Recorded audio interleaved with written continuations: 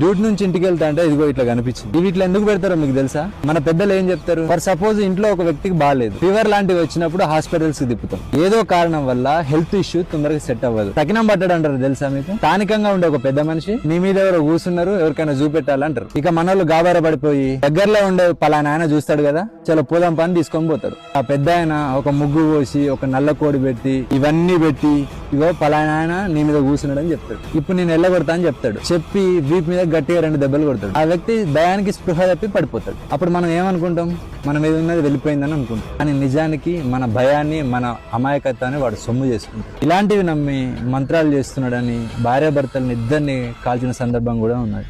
వీటిని ముట్టుకుంటే నిజంగా ఏమన్నా అవుతుందా?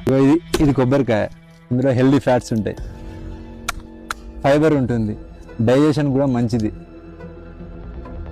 హెయిర్ కూడా చాలా మంచిది. ఇది నిమ్మకాయ, ఇందులో విటమిన్ సి ఉంటుంది. అసలు ఎండలు ఎక్కువ కొడుతున్నాయి, కనబడితే నిమ్మరసం చేసుకుని తాగండి. ఇందులో యాంటీ ఆక్సిడెంట్స్ ఉంటాయి, మెటబాలిజం పెంచుతుంది, ఫ్యాట్ తగ్గడానికి కూడా ఉపయోగపడుతుంది. ఇలాంటి పదార్థాలను రోడ్డు మీద పడేయడం మన అజ్ఞానం మాత్రం. భయం, అజ్ఞానం మనల్ని బానిసలుగా మార్చేస్తుంది. దురదృష్టం ఏంటంటే మన నిర్ణయాలు మనం తీసుకుంటలేము, మన భయాలు తీసుకుంటుంది. మూఢనమ్మకం మనిషిని బలహీనుడిగా చేస్తుంది, విజ్ఞానం మనిషిని శక్తివంతునిగా చేస్తుంది. ఆలోచించండి, నిజాన్ని మాత్రమే నమ్మండి.